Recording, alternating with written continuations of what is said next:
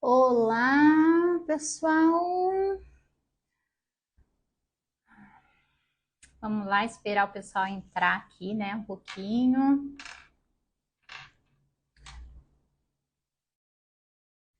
Gente, é um prazer quem já está entrando. Vou dar só alguns minutinhos aí para o pessoal ir entrando. E também já vou daqui a pouco chamar a Daiane Romano. Pessoal, a Daiane é uma parceira muito especial, para quem não conhece ainda. É a primeira live dela, para mim, para quem está acostumado, né? Eu já estou aqui há algum tempo com as lives, junto com o Guilherme. Hoje o Guilherme não vai estar presente, mas a Daiane ela tem muita coisa bacana para passar para nós também, principalmente quando a gente fala sobre a psicanálise infantil. E o que é importante quando a gente fala, né, da psicanálise infantil é exatamente onde tudo acontece na nossa vida. E por isso a gente decidiu aí juntar as nossas forças, o nosso conhecimento, levar um pouco da psicanálise para vocês de uma forma mais humana e mais simples e mostrar, né, que a frustração, nosso tema de hoje, ela já começa com a gente desde pequenininho. E eu vou aqui, tá, pessoal, chamar a Daiane aqui para ela fazer parte.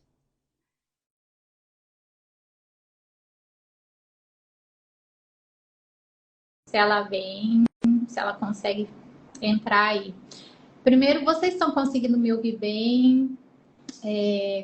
Compartilhem, né, com o pessoal, com os amigos, com a família. Olha a Daiane aí chegando. Olá, boa tarde. Daiane, deu uma travada na sua internet. Não sei se o pessoal também travou.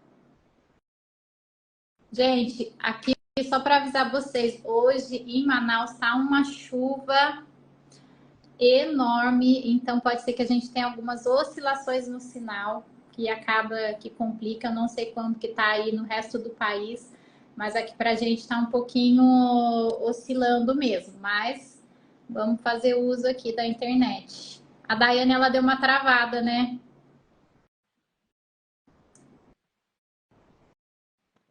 Daiane, Tá agora voltou. Será que vai? Voltou? Eu Voltou. não tô te vendo, eu não tô conseguindo te ver. Ficou tudo preto aqui a tua imagem para mim. Olha, as últimas que eu fiz com o Guilherme aconteceu exatamente a mesma coisa. É uma falha do Instagram. E é terrível a gente falar com a tela. Eu tô te vendo normal, tá? Então, a gente vai se falando assim, sem se enxergar. Então tá ok. Pessoal, vocês estão conseguindo ver a Daiane? Estão ouvindo bem? Dá um joinha aí pra gente, né? Porque a gente sabe, né, que o ao vivo é muito diferente da gente fazer a gravação de algum vídeo. Sim. Não é, Daiane? Vocês estão conseguindo me ouvir? Tá tudo ok? Ah, tá Ah, ótimo, então.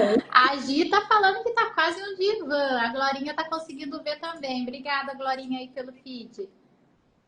Ai, ótimo, gente. Vamos Ouvindo conseguir, bem. então. Então, vamos começar. Então, pessoal, eu sou a Lucélia Pérez, psicanalista. Muito prazer. Sejam todos bem-vindos aqui nessa live. É uma satisfação imensa recebê-los, né? Vê-los participando conosco. A maioria já conhece o meu trabalho, eu acredito. E a Daiane é a primeira vez. Eu sei que vocês estão vendo ela, então, Dai, você pode aí se apresentar para todo mundo saber um pouquinho sobre você? Claro, claro, vamos lá, então. Bom, gente, eu sou psicanalista. Eu estudo sobre saúde mental há mais de 10 anos, principalmente a área infantil. Eu tenho 3 filhas, né? Então, essa área sempre me chamou muito a atenção. Atualmente, eu sou graduanda em psicomotricidade. Eu possuo especialização em psicopedagogia, psicofarmacologia. Estou terminando uma em neuropsicopedagogia e sociologia. Além de todo o estudo que é a psicanálise, né? Que a gente faz sempre. Mas é basicamente isso. Atualmente, né, eu estou mais focada em algumas teorias. Vou passar para vocês algumas coisas. Acredito que vai ser bem bacana. Dai, o pessoal que tá dando joinha, que tá tudo ok. E pessoal, sintam-se à vontade de perguntar também para nós. Como eu tinha dito lá no início, hoje a gente vai falar sobre a frustração. Um tema que eu e a Daiane a gente tem estudado bastante, porque a gente percebe a necessidade de passar essa informação para vocês, porque muitos dos nossos pacientes, é um tema que é voltado muito principalmente para as crianças. Agora que voltaram às aulas, eu tenho me deparado com muitas mães que se questionam realmente no dia a dia sobre como criar uma criança, se sabe se está fazendo certo, se está fazendo errado, se tem algum problema, ou se está pecando no excesso, ou se está deixando faltar. Então, são assuntos que realmente geram uma certa dúvida na cabeça, principalmente da gente que é mãe, porque eu também sou mãe, eu sou mãe de um menino lindo, e a gente às vezes sabe que tem aquela dúvida da gente pecar no excesso, da gente, será que tá certo, será que tá errado, ou de querer sempre estar confortando eles em situações difíceis. E como esse é um assunto que a gente carrega para nossa vida toda, a gente decidiu fazer aí, então, uma série com essas 3 lives, e a primeira sobre a frustração. E como que a gente vai fazer essa live hoje? Vai ser um pouquinho diferente, porque geralmente a gente vai trocando, fazendo um bate-papo, trocando, é claro que vai ser muito rica, mas a gente resolveu fazer algumas perguntas. A gente vai responder essas perguntas com um olhar psicanalítico, mas com um olhar humano. Não é a Daiane? A Daiane, ela está aí, principalmente nesse foco das crianças. Por que a gente decidiu? Porque ela, como ninguém que eu conheço até hoje, entende mais desse mundinho infantil, não é? Obrigada. Imagina. Então, a frustração, né, ela é uma das habilidades principais para a vida adulta. Uma série de transtornos, né, são desenvolvidos pela falta dessa habilidade. Mas a frustração por si só, ela não é uma coisa apenas, né, como a ansiedade. A gente fala em ansiedade e acha, nossa, é uma coisa a ansiedade, né, mas existem muito mais coisas por trás. Quando a gente está falando em frustração, a gente está falando de uma dificuldade de lidar com algo que não sai conforme o esperado, né? E isso é uma coisa cotidiana. Nós precisamos lidar com a frustração das coisas mais simples do dia a dia. Seja na hora de não conseguir comer uma coisa que a gente está com vontade, até o momento de decidir uma coisa séria no trabalho. Então, a gente vai falar aqui um pouco de como isso se dá na infância. Como é a transição lá do bebezinho até a vida adulta, para a gente entender como essa capacidade vai sendo criada.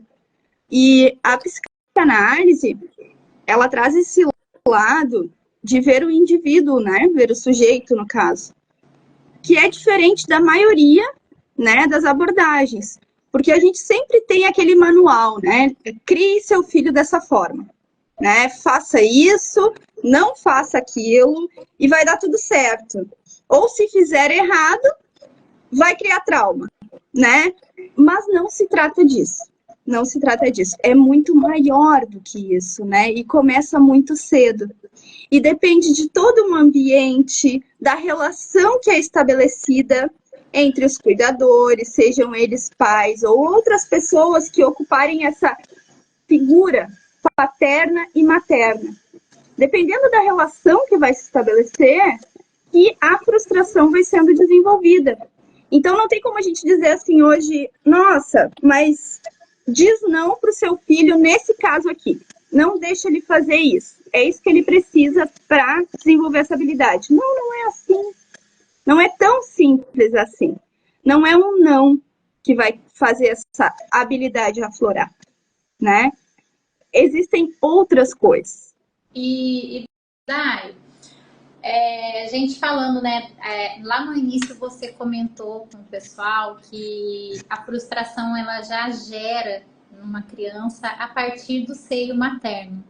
E existe uma fase, né, aonde essa frustração ela fica mais acentuada na criança, aonde a gente consiga assim perceber que está na hora de tomar realmente uma postura, de saber o que vai fazer ao certo ou não, né? Porque desde pequenininho nós mães não temos essa noção, né, de que estou frustrando meu filho, principalmente na fase da amamentação, ali quando a gente tem que voltar ao trabalho. Muitas mães precisam aí, ficam o tempo de licença, cuidando daquela criança, mas tem um momento que acaba e a mãe ela tem aquele apego, mas de certa forma ela precisa tirar. Então, assim, tem uma fase que fica ali mais fixado naquela criança, que é onde pode gerar outros transtornos. Sim. Então, esse início, né, como toda a maternidade, né, a gente falando de mães, toda a maternidade, na maioria dos casos, tem muito mais a ver com a mãe do que com a criança. Quando a gente está falando de dificuldade de lidar com essa questão da educação, do desenvolvimento, né? Porque começa muito cedo. Eu estou falando de psicanálise, mas se a gente joga uma frustração, vamos entender psicanálise, né, e frustração, joga no Google agora, vai falar do Freud, mas aqui eu não vou falar só de Freud, porque não é só de Freud que a psicanálise é feita. Né? A psicanálise é uma teoria muito ampla, que passou por diversas evoluções. Então, desde a primeira tópica, que foi lá das fases psicossexuais, que muita gente ainda pensa que a infância é isso, é resumida a isso, né? Mas tem outras teorias que vieram após essa, muitos estudos em cima da infância, e onde a gente teve, né, essa revelação de como funciona, né, esse estudo feito neste início, nessa simbiose mamãe-bebê, que vocês conseguem encontrar um pouco mais de informações se ler alguma coisa de Winnicott lá do início. Eu vou falar de alguma coisa de Klein também, para o pessoal que é da nossa área, que está assistindo, quiser, né, dar uma pesquisada, um pouco diferente também, então vai ter bastante coisa, tá, gente? Lá naquele início, para vocês entenderem, o bebê não existe, digamos assim, né? O bebê é essa junção com a mamãe dele. Então, esse bebê, ele pensa que ele cria tudo, né? Ele é onipresente, onipotente. O mamá dele é ele que cria, aparece, surge na frente dele.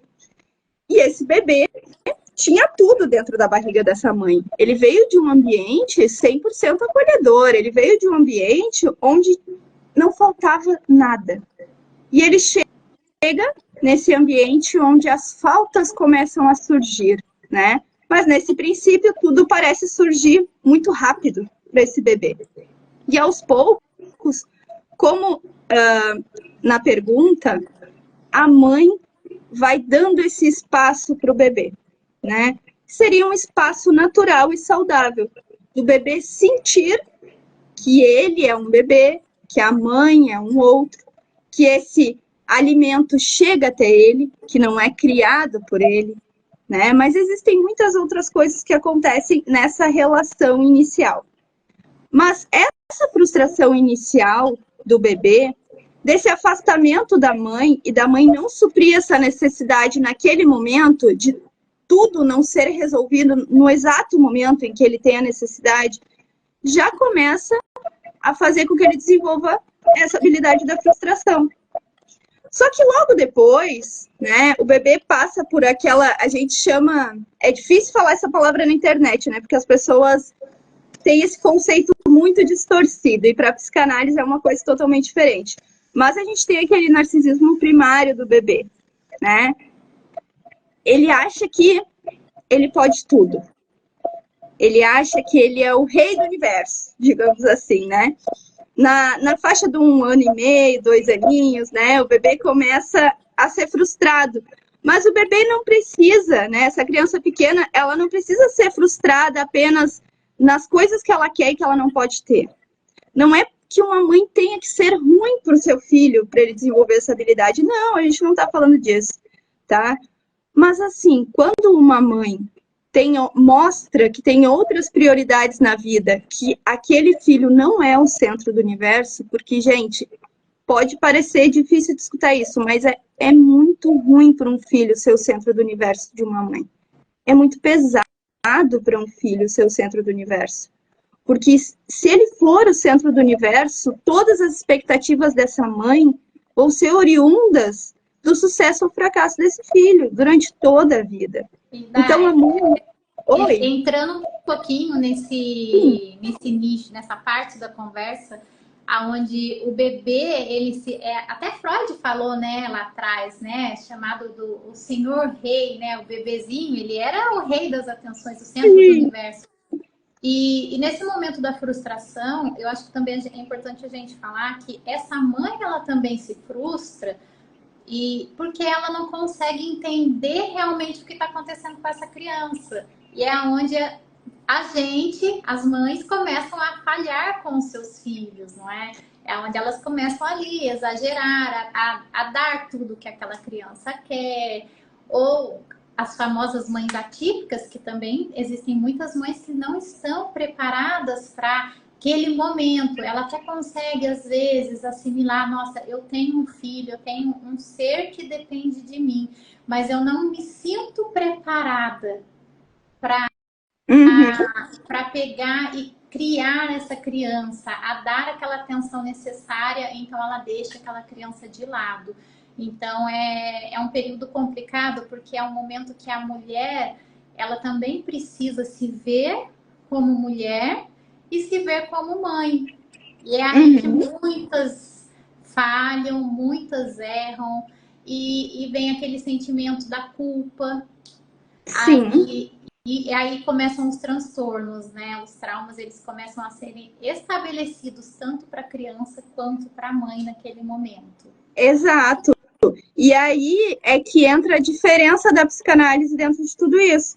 Porque hoje em dia as pessoas têm acesso a muitas informações na internet, né? Aquela questão de uma lista de sintomas que definem o que a pessoa tem e ela busca um tratamento que é um tratamento como se fosse um remédio. Dá certo para todo mundo. Então, faça esse tratamento que vai dar certo. Mas não é bem por aí, né? Porque uma mãe, muitas vezes ali, lidando com esse bebê, lidando com essa criança que chegou na vida dela, ela tá se sentindo frustrada, ela tá tendo que lidar com aquele monte de informações que chegaram até ela novas, né? Coisas que vão muito além das habilidades que ela possui, mas essa carga toda tá em cima dela, e essa mãe tem um passado, né? Essa mãe tem falta. Eu ia até falar, porque muitas mães tiveram uma falha, né, também na sua criação.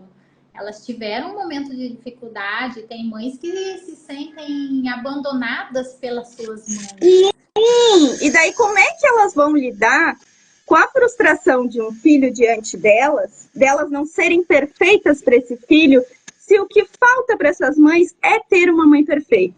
Então, vai ser muito difícil de uma mãe assim lidar com a dor de um filho, de ter que estar lidando, aprendendo com as situações, né, do dia a dia, cotidianas. Ver esse filho nesse estado de sofrimento, ver essa frustração. Então, é como ali James falou aqui, com emoções que estarem sendo uma experiência de experimentar essa frustração para ambas as partes. É sobre isso. Exato. A dificuldade está em conseguir que se encontre um meio termo nessa questão toda de frustração, porque não tem a ver só com a frustração da criança, tem a ver com a frustração de todo mundo, né? Lidar que ela está vivenciando naquele momento. Exato. É uma novidade tanto para ela quanto para a família. Sim, é isso. Só que o que as mães não têm conhecimento, muitas mães não têm conhecimento, é que a frustração não é uma coisa ruim. Porque às vezes a gente vê, assim, mães conversando, né? E daí muitas usam a frase, não, eu não posso deixar a vida do meu filho difícil na infância, porque o resto da vida dele já vai ser difícil, né? elas já têm essa visão pessimista de futuro, porque elas vieram de um lugar onde não foi fácil, né? E elas acham que se frustrar é uma coisa ruim. Então, por que eu vou fazer o meu filho passar por isso? Por uma situação difícil, né? Se ele não precisa. Só que, a partir do momento que a gente não deixa essa criança, esse ser que depois vai para a adolescência, e daí sim vai testar essa habilidade, vai começar a testar no início da vida adulta. Se a gente não deixa, não dá liberdade para a criança aprender a lidar com esses momentos, vai chegar um momento em que vai fugir das nossas mãos. Essa criança vai sair de dentro de casa. Seja na escola, seja no contato com amigos, seja no primeiro relacionamento amoroso, seja no trabalho. E aí a frustração vai ser inevitável. É aquela frustração externa. E Nai, a gente consegue,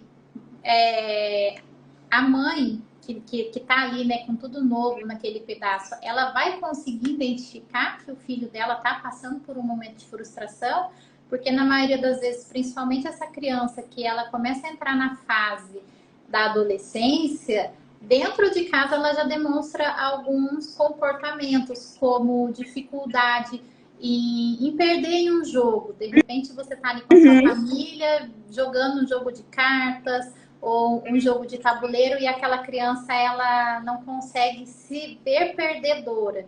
E aí é onde a mãe, né, ela tenta fazer de tudo, até mesmo se sabotar, né? Quantas vezes a gente se sabota para deixar o filho ganhar? Mas assim, essa situação é um pouco ainda mais fácil de se visualizar, né? Porque a gente vê a feição, a fisionomia daquela criança, né? Aquele comportamento. De repente, eu não quero mais fazer isso, eu não quero mais fazer parte, porque tá chato. Ela vai começar, né, a se retirar. Mas e quando chega na fase da adolescência? A gente consegue perceber, porque a adolescência é muito mais difícil identificar, né, os problemas. Eles sabem esconder muito bem. Essa mãe, tem alguma dica, né, que a gente possa passar aí para essas mães? Sim. A gente consegue identificar, e eu trabalho com pacientes adolescentes, a maioria dos adolescentes que têm uma inabilidade de lidar com a frustração são adolescentes que desenvolvem uma ansiedade, uma depressão e muitos outros transtornos. Eu não gosto muito da palavra transtornos, mas eu diria que adoecimentos, né, mentais mais graves, tá? Mais graves. Porque ele não consegue lidar, não seria nem com a frustração em si, mas com essa idealização, né, ser rompida, né? Esse ideal que ele criou sobre algo que tem que ser daquela forma, a pessoa não consegue lidar com a situação que não é perfeita, seja um amigo na escola que brigou, sabe? Tem muitas situações graves de bullying que acontecem com essas crianças, né, e adolescentes. Nesses momentos, uma criança, esse é um assunto muito legal, né, quando a gente fala de bullying, porque a nossa geração, né, eu tô falando da minha, assim, eu tenho 35, né, mas eu tô falando da minha geração ou para trás dela. A nossa geração, né?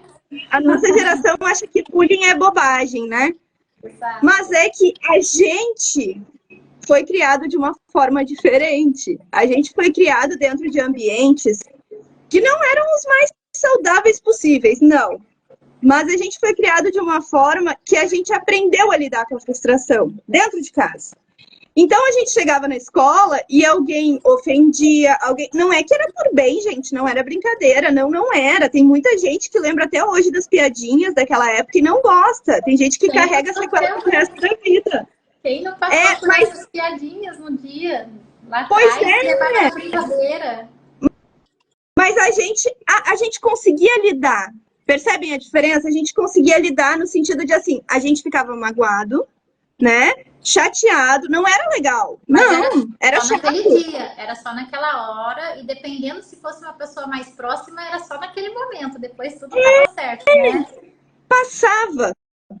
Não é que não ficou marcas, mas vocês percebem como a gente conseguia lidar com a situação quando acontecia? Então, é sobre isso. Esses jovens de hoje são filhos de pais que sofreram na infância e esses pais têm medo de frustrar os filhos. Então, esses filhos acabam por ficar mais frágeis. Eles não conseguem lidar com nenhuma frustração. E não é porque eles estão errados, não, eles são constituídos assim. E, às vezes, a gente vai atrás de uma educação positiva, né, de um acompanhamento de um profissional que vai dizer o que a gente tem que fazer para ser um pai melhor. E tem muito aquela coisa de dê atenção para o seu filho, brinque com o seu filho, né? Não deixe o filho mexer no celular, mas fique ali com ele, né? Momentos de qualidade. Todo mundo fala dos momentos de qualidade. Tem que ter um momento de qualidade, tem que ter. Aquela pressão em cima dos pais, aquela coisa, né, imensa, aquela culpa que os pais sentem, porque não pode descansar, porque tem que ter momentos de qualidade. Só que nem sempre isso é saudável. Porque a partir do momento que a gente impõe uma regra para o filho, né? Não pode mexer no computador, não pode mexer no celular. O pai se cobra para dar alguma coisa para essa criança fazer. Eu tenho que estar com ele, eu tenho que estar fazendo alguma atividade, ou eu tenho que botar ele numa aula X, ele tem que ter uma atividade. Essa criança não tem tempo de se frustrar. Ela não tem um segundo para se frustrar. Todo mundo está tentando resolver o problema dela a todo momento. Exatamente. Ela não tem um minuto para desenvolver a criatividade dela, que é o que ela vai usar no futuro. No futuro, ela vai precisar da criatividade para lidar com os momentos difíceis. E ela desenvolve essa criatividade na infância. Mas depois, na vida adulta, também tem como a gente alimentar ela diariamente. Isso que é legal. Não é algo perdido, né? Que nunca mais dá para a gente fazer algo. Dá para fazer. Sim. Só que percebem como é importante, né? E até entrando nesse assunto, Dai, é sobre o imediatismo que a gente está vivenciando hoje. Sim. Que ele chegou através dessa nossa era digital, do excesso de informação, das coisas estarem com muita facilidade na nossa frente. Os pais cada vez mais ocupados, cada vez com um trabalho que exige mais tempo. A pessoa, às vezes, né? Quantas vezes a gente sai e a gente percebe pais dentro do restaurante com o filho que já entregam o celular na mão e aí chega num momento em casa, não consegue também compartilhar com aquela criança os momentos de lazer. Tá tudo tão automático, tão influenciado pelo que está acontecendo no mundo, na mídia, o que ela tem trazido pra gente ultimamente, que não se sabe o que fazer com aquela criança. Aí acaba ficando tudo perdido nesse mundo, né? O mais difícil para essa era de pais que eu percebo, né? Essa nossa geração de pais é lidar com o nada, tá? Eles querem sempre fazer alguma coisa pelo filho, né? A todo momento eles querem fazer alguma coisa pelo filho. Olhar para o filho e deixar o filho sem fazer nada é uma dificuldade imensa para os pais. Porque eles não conseguem fazer isso. Eles não conseguem ter um momento de tranquilidade onde eles não estão fazendo nada e deixando a criatividade surgir, as ideias, o novo, o criar. E eu não tô falando de coisa filosófica, não. Eu tô falando de dia a dia, gente. Quando a gente vai ali preparar um almoço e a gente tem que ter uma ideia com o que tem na geladeira. A gente tá usando a nossa criatividade. Aí tem pessoas que chegam, abrem a geladeira, não tem nada para fazer. Ai, mas então eu tenho que ir no mercado, não dá para ir no mercado. Aí a pessoa já fica emburrada, já vai pro trabalho chateada, não comeu, não teve a criatividade de preparar algo, desconta nos outros colegas de trabalho, aí já fica bravo com o marido, com a criança. Vocês estão vendo como isso foi gerado por uma coisa assim, cotidiana? Uma coisa cotidiana. Né? Complementando, ainda abre o celular, entra na mídia social e vê o postzinho. 5 passos para saber se você é bipolar. Se você tem algum problema de ansiedade. Aí a pessoa, ela começa a se diagnosticar por conta de uma situação que ela mesma causou no seu dia a dia.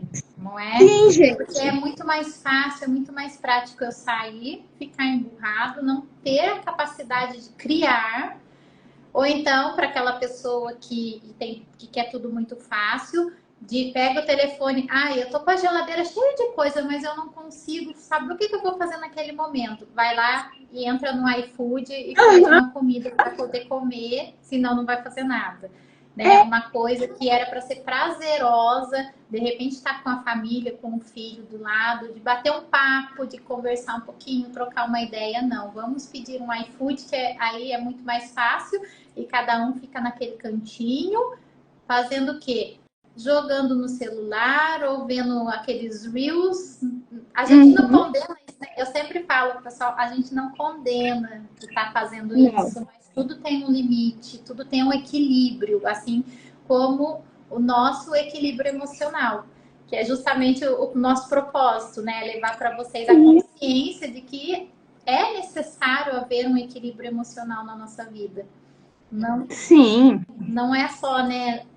É tudo no imediato, tudo ali na mão, tudo na prateleira, né? Eu vou escolher o que eu quero e só pego. Não é desse jeito que a nossa vida deveria de funcionar, mas é o que as pessoas estão transformando no dia a dia.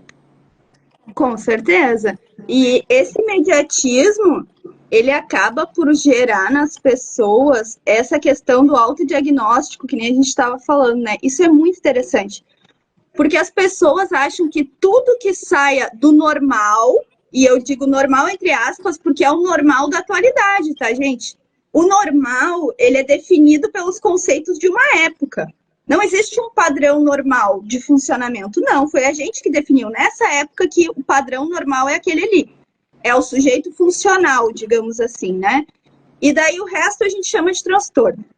Esses dias eu estava até comentando, né, Lucélia, contigo sobre o conceito transtorno, né, que eu acho muito interessante. Participei de um seminário e um pediatra falou sobre o conceito de transtorno. Eu achei incrível a definição que ele deu, porque ele disse que o transtorno, ele é um transtorno para quem, né? Porque a gente diz que aquela pessoa tem um transtorno, mas na verdade a gente olha para aquele sujeito como sendo um transtorno. Porque ele saiu da máquina, ele não funciona como todos têm que funcionar, um padrão, né, um molde. Ele não funciona dessa forma, ele funciona diferente. E tudo que é diferente não é bem aceito pelo todo, pela sociedade, né?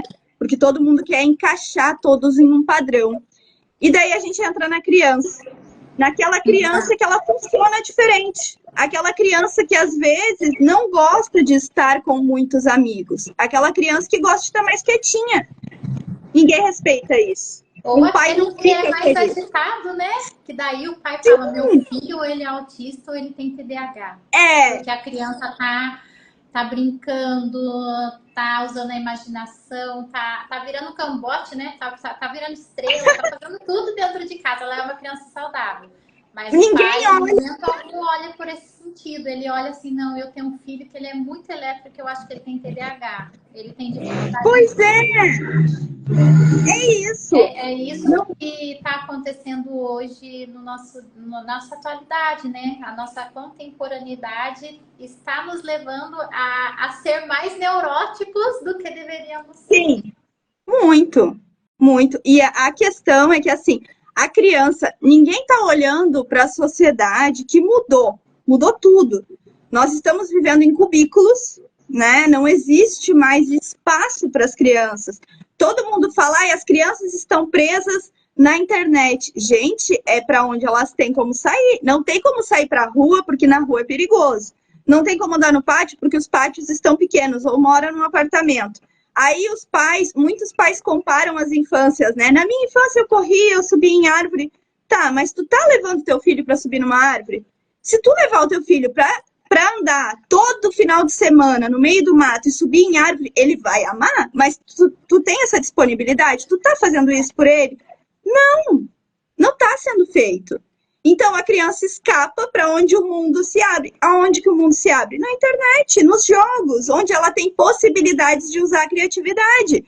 Porque assim, eu não sou aquela pessoa 100% contra a modernidade, né? As coisas que estão surgindo, não, gente. Tem como usar de forma saudável. Tem como pegar um jogo? Eu trabalho com jogos online com os meus pacientes. Por quê? Porque é o mundo deles. Antigamente, lá na Melanie Klein, ela pegava um brinquedo, né? Ainda consigo, às vezes, pegar brinquedo com eles, mas tem vezes que não dá, porque o mundo deles está dentro do jogo. E a Quem gente eles são? conseguiu fazer isso de forma maravilhosamente bem. Levar os jogos, né, Dai, com os nossos pacientes nas consultas online. A gente está fazendo um uso que está trazendo muito resultado. Então, assim, tem, né, o seu ponto positivo, mas é necessário manter-se esse equilíbrio, né? Não se comparar com as crianças. Hoje o meu filho só fica dentro de casa, só no quarto, no computador. Mas é exatamente sobre isso. Você sai com essa criança, você sai para andar de bicicleta com ela na rua, você deixa ela se divertir com qualquer criança que está ali à volta, ou você simplesmente olha, aí vem, né, a discriminação, não vai dar certo, é muito diferente do que eu sou. A gente começa a fechar, né, o mundo daquela criança, como o James, ele acabou de falar de um rapaz, de um paciente dele que foi adotado, e essa mãe, ela simplesmente transformou ele em uma coisa que ela gostaria. E que hoje, né, James, ainda bem que ele se deu a possibilidade de fazer uma terapia para se encontrar, porque aquela mãe, ela tirou dele, né, a sua essência, a sua individualidade. Aquela mãe, ela quis fazer daquela criança o que ela achou melhor. Ela não deixou ele ser ele. E é isso exatamente quando a gente fala, né? Eu quero um filho, uma criança que brinque, que tenha criatividade, que se dê bem, que se desenvolva, mas ao mesmo tempo eu tiro as possibilidades dessa criança, né? Eu acabo fechando ela ali naquele ser, porque eu não recebi amor da minha mãe, então eu vou dar tudo que eu não podia. Mas eu não tive a oportunidade de ficar tanto tempo brincando na rua ou na escola. Também vou largar de vez. Aquela criança que não, tudo que eu não fiz ele vai fazer, então eu largo de vez. Ou então não. É claro que quando a gente também entra num tema muito delicado, como abusos, como agressões dentro de um lar, aquela criança ela também está, né, propícia a levar, né, o seu desenvolvimento para um lado que não é favorável para ninguém, e a gente sabe muito bem disso, porque a gente é o que mais recebemos no consultório, né? Mas assim, a gente precisa, né, se atentar em deixar aquela criança de ser criança, e quando a gente se cobrar, né, no que a gente está fazendo com ela, é levar essas possibilidades de tentar manter o equilíbrio, né? Eu não tenho paciência de ir para o parque, eu não gosto de descer, ou quem mora numa praia não leva uma criança na praia porque não gosta da praia. Mas também não ficar se cobrando, né? Não ficar fazendo da vida daquela criança como se fosse a sua, como se ela fosse realmente uma marionete, né? Um bonequinho que você está fazendo o que quer porque você não gosta. Até mesmo expressar sentimentos. Quantos pais não receberam amor e por isso também não demonstram para os filhos? Não demonstram o afeto, o carinho, né? Então, assim, é muito importante a gente manter esse equilíbrio, essa relação saudável dentro do ambiente que essa criança está vivenciando. Com certeza. E assim, a gente adora falar, né? Temos 20 minutinhos, mas tem assim duas perguntas ainda, tá? Que eu acho que é bacana, que a maioria das pessoas às vezes se perguntam. Falar um pouquinho sobre a forma de se trabalhar com essa criança, como ajudá-la no momento de frustração. Como que a gente pode ajudar o filho nesse momento de frustração? E já para uma segunda pergunta, né? Só para a gente já juntar um assunto no outro, na psicanálise, a gente sabe que nós temos os nossos mecanismos de defesa. Que muita gente ainda não sabe, né, relacionar esses mecanismos, porque não sabe como utilizá-los e como identificá-los, né? Então, assim, como a gente pode utilizar, como que as pessoas utilizam os mecanismos de defesa quando elas se deparam com situações difíceis de frustração, por exemplo. Como, né, a gente sabe, né, a gente fala muito sobre o processo de regressão daquela pessoa, né, na fase adulta ou daquela criança. A gente pode falar do deslocamento, da sublimação, a negação.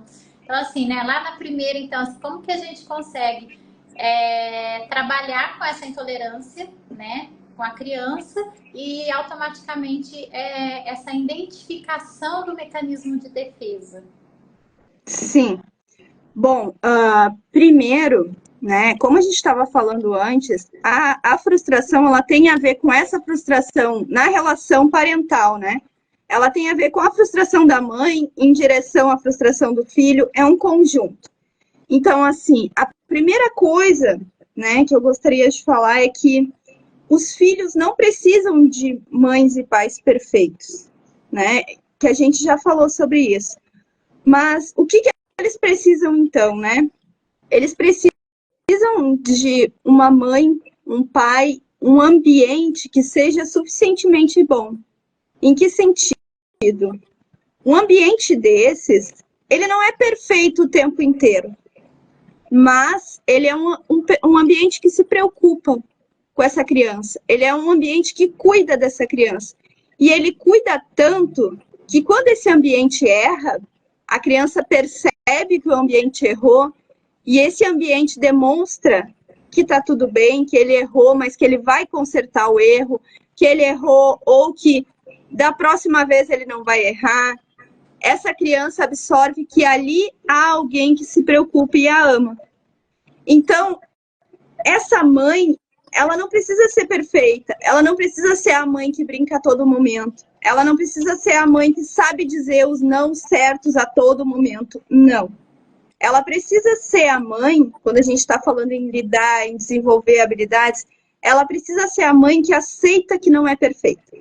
E é difícil pra gente, é muito difícil pra gente aceitar que a gente não é perfeito. Porque quando a gente aceita que não é perfeito, o filho aceita que ele não é perfeito, e daí ele aceita que o mundo não é perfeito. E daí a gente está começando a falar em lidar com a frustração. Falar em lidar com esse mundo que não é perfeito, que vai romper esse simbolismo, esse imaginário, essa fantasia, e vai frustrar.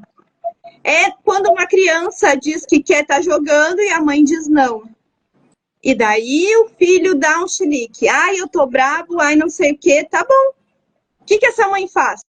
Ela acha que ela tem que fazer algo naquele momento. Ela acha que ela tem que xingar o filho, ou ela tem que botar o filho de castigo, ou ela tem que dar alguma coisa para esse filho se distrair, ou ela... Tudo ela. Ela não dá um espaço para o filho ser ele. Lidar com esse sentimento, né? Usar mecanismos de defesa para lidar com essa frustração. A sublimação, que tu acabou de falar, é muito interessante, né?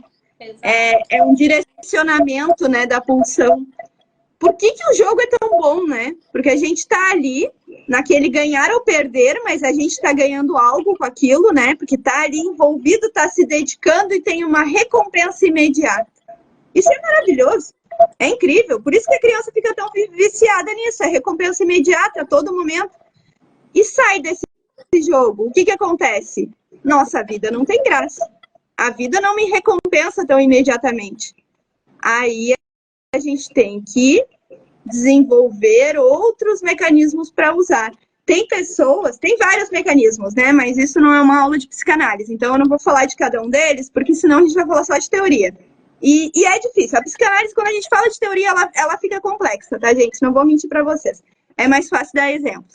Quando a gente, lá na vida adulta, tem um problema, né, um neurótico, tem um problema, não está conseguindo lidar com alguma coisa, é porque a gente tem mecanismos de defesa imaturos. A gente não amadureceu eles. A gente está usando os primeiros que a gente desenvolveu. Qual que é um mecanismo que é um dos primeiros? A projeção. Vocês não... Quem tem mais de um filho em casa? Ou um mesmo. Quando a criança, uma coisa não dá certo, ou um pai xinga, o que ela faz? Ela desconta em algo? Ou é batendo uma porta, ou é brigando com o irmão. Ela está projetando? Ela não pode projetar no pai e na mãe, porque ela sabe que eles são autoridade, mas ela vai projetar no irmão mais novo. Aí, se a gente fica com esse mecanismo imaturo na vida adulta, alguém dá uma fechada no trânsito, a gente sai e começa a brigar com a pessoa no meio da rua. Mas a gente não está brigando com a pessoa. A gente está brigando com essa pessoa porque a esposa em casa discutiu. Aí a gente desconta nessa pessoa do trânsito. O chefe xingou, o chefe não pagou direito o salário. A gente desconta lá na pessoa no trânsito. Porque a gente é imaturo, né? É aquele 8 ou 80, não sabe lidar com a situação de outra forma. Não desenvolveu outros mecanismos para lidar. E na análise a gente faz isso. Não é que exista... a gente fala muito de passado, né, na psicanálise. Então as pessoas acham que vão entrar na análise só para falar do passado. Não. Os problemas atuais, eles chegam e daí a gente começa a conversar com a pessoa no sentido de descobrir por que isso é um problema, né? Por que a pessoa está achando que isso é um problema na vida dela? Por que isso está sendo um problema? Por que essa situação causou uma angústia? Aí a gente vai olhar lá atrás. A gente vai olhar naquele pai que brigava excessivamente com essa criança e essa criança teve que usar a projeção, né? Um exemplo assim bem vago. Mas é sobre isso, sobre esses mecanismos, vários deles que a gente pode usar durante a vida adulta, mas alguns não são tão saudáveis, né? Como a regressão, por exemplo, né? Eu acho que a regressão ela é terrível para um adulto. Ela é terrível.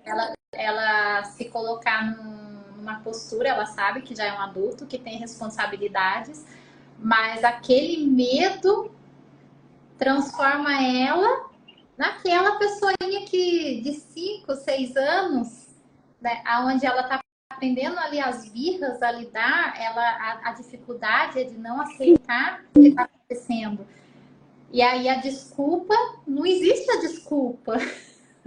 Nem ela se entende por que ela está fazendo aquilo. Por que ela regrediu tanto? Aí é por isso que a gente ouve muitas pessoas falando assim, nossa, mas o fulano é muito infantil. A gente começa a falar alguma coisa, pronto, já fecha a cara, já fica de mal. Ou se você fala alguma coisa que mexeu com aquele ego, que trouxe aquela lembrança, né, inconsciente que estava lá guardadinha, aí ela fica de mau humor, fecha a cara. Às vezes tem pessoas que param de falar. Por quê? Porque ela regride num estágio onde em determinado momento da vida dela ela não conseguiu entender que era necessário aceitar aquilo que estava acontecendo para ela crescer. Sim. E é muito difícil para um adulto, né, que ele chegue em análise. Tem adultos que chegam e daí tem aquela questão de botar tudo para fora, né? É aquela angústia imensa, é tanta informação, é tanta mágoa, é tanta coisa, que eles jogam tudo para fora e daí eles acham que a terapia é isso. Por isso que muitas pessoas têm, né, esse preconceito com terapia, porque acham que a terapia é um lugar para desabafar. Mas, na verdade, a análise, daí a gente está falando de psicanálise, né? A análise, ela consiste num trabalho, mas é um trabalho com tantas coisas, gente, que assim, a gente leva em consideração qual é a linha de abordagem que esse psicanalista utiliza, né? Por exemplo, eu acredito que a Lucélia é que nem eu, né? É uma linha de abordagem assim mais transmatricial, né? A gente usa várias abordagens, a gente estuda muita coisa. A gente estuda essa evolução da psicanálise. Só que quando a gente entra em contato com o paciente e a gente, né, tenta estruturar aquele caso específico, a gente vai atrás de um teórico que se aprofundou em algo. Exatamente. E tem teóricos específicos de cada coisa, tá, gente? É assim que funciona, não é tudo, volta lá no Freud e vai estudar o que o Freud fez. Não, gente, tem gente que pegou e avançou, porque é uma teoria. O que o Freud fez não foi um dogma. A psicanálise tem que ser feita como eu fiz, ponto final. Não, ele fez uma teoria. Uma teoria é o quê? Uma coisa que avança. Aí a gente está falando de cientificidade. A gente está falando desse avanço, tá? Está aberta a avanços, testes, novas ideias, atualidade. A sociedade contemporânea é muito diferente de antigamente. Se vocês forem lá ler Freud, tem muita coisa lá que é machismo, por exemplo. que não cabe hoje mais, mas a psicanálise avançou, sabe? Não é que a gente deixe de lado o que o Freud disse, não, imagina, ele é a base da psicanálise. Ninguém deixou ele nunca de lado. Mas quando a gente vai tratar uma criança, a gente se apoia na Klein. Não tem como tratar uma criança sem saber a teoria da Klein. É impossível, porque foi ela que desenvolveu. Foi ela. O Freud não tinha trabalhado a fundo com as crianças. Na verdade, no início, ele achava que não tinha nem como desenvolver a transferência com uma criança. Ele não via a possibilidade. Então, a Klein foi lá e ela mostrou que não é só aquilo ali que achavam que a criança era. A criança é muito mais, né? Existem os objetos. Aí veio o Winnicott, mostrou pra gente que as relações importam. O Winnicott é maravilhoso, né? Eu acho que quando a gente começa a ver o Winnicott, não tem coisa. Eu sou suspeita para falar dele, né? Porque tanto ele quanto a Klein tem aquela questão de estudar bem a fundo as psicoses, né? E eu trabalho muito com pacientes assim mais adoecidos, né? Então tem essa desintegração e tal, então eu vou muito a fundo neles, né? Eles são uma base maravilhosa. Só que eles são não é difícil traduzir, sabe? É difícil traduzir para o popular. No tratamento, a gente consegue desenvolver um trabalho tranquilamente com o paciente, mas explicar de uma forma popular acaba perdendo um pouco, assim, do sentido da coisa, sabe? Se a gente simplifica demais, perde, né? Muito. Como se estivesse faltando, né?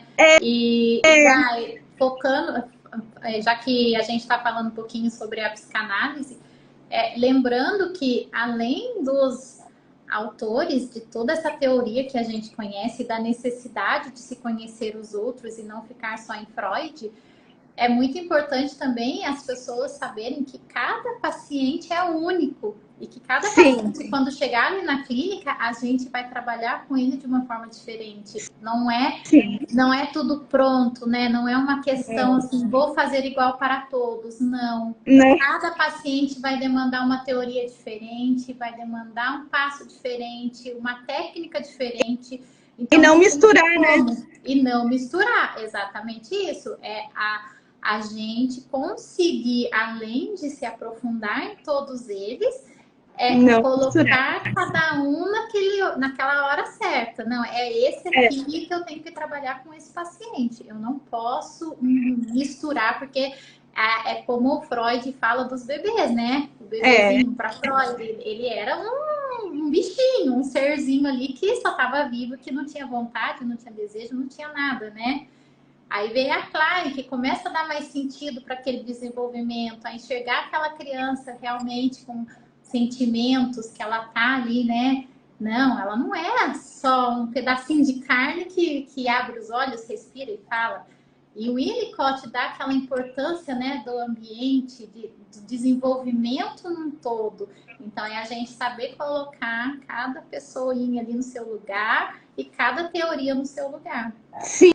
E olha, Dai, o papo tá ótimo, temos 7 minutinhos, tá? Pessoal, olha, espero que vocês estejam gostando, né? Temos mais 2 lives, então a gente tem mais bastante coisa para falar. Verdade. E que vai ser bem interessante. Mas tem muito assunto que, se a gente for falar, a gente fica aqui, né, a tarde toda, porque realmente, quando a gente gosta da psicanálise, ela é envolvente, então acaba deixando a gente envolvida no assunto, as curiosidades.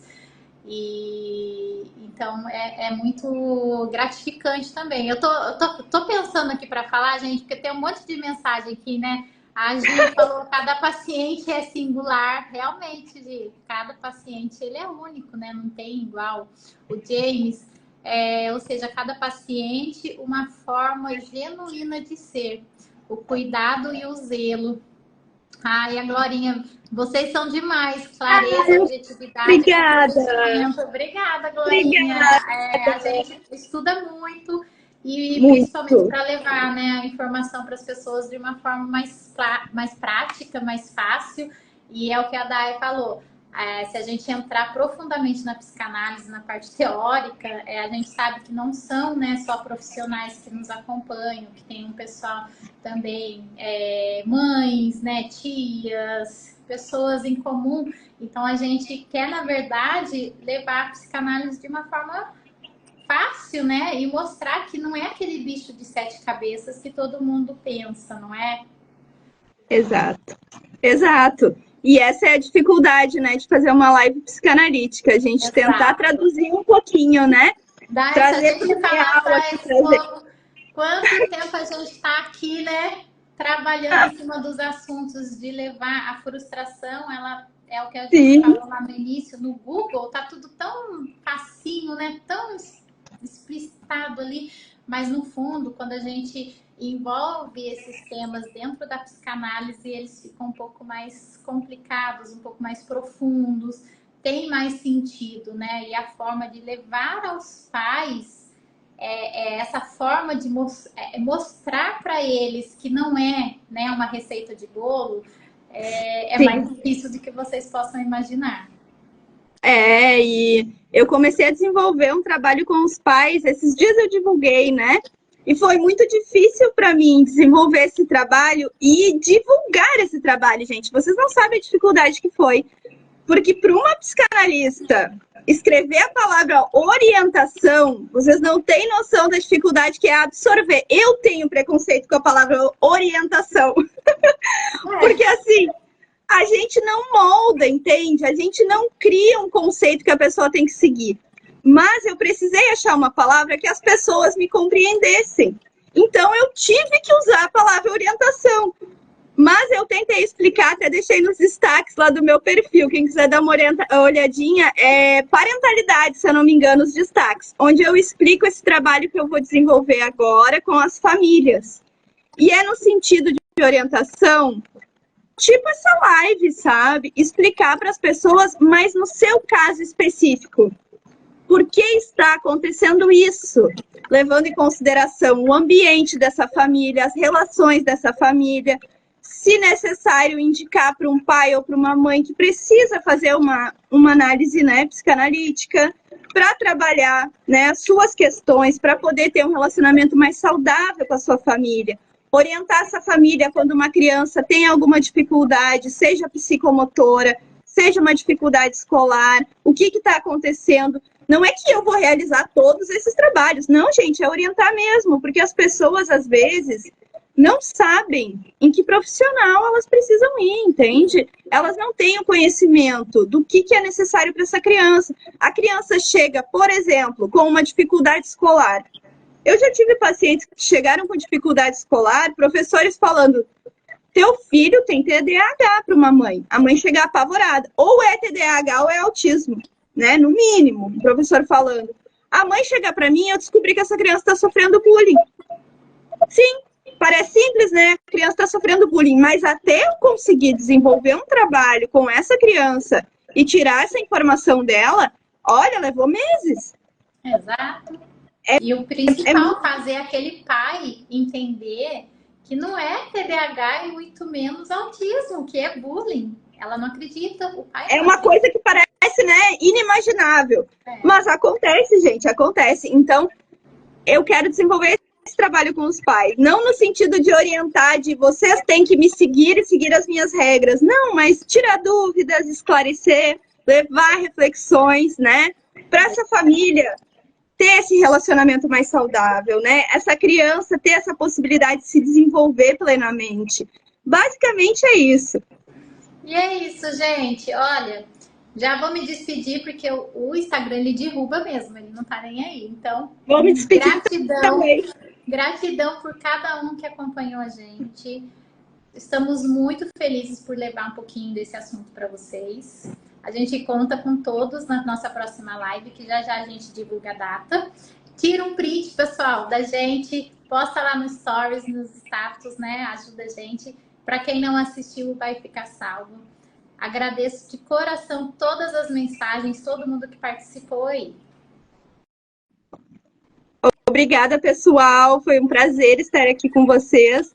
Nas próximas lives, vamos falar de assuntos muito interessantes. Espero vocês. Gostei muito do papo.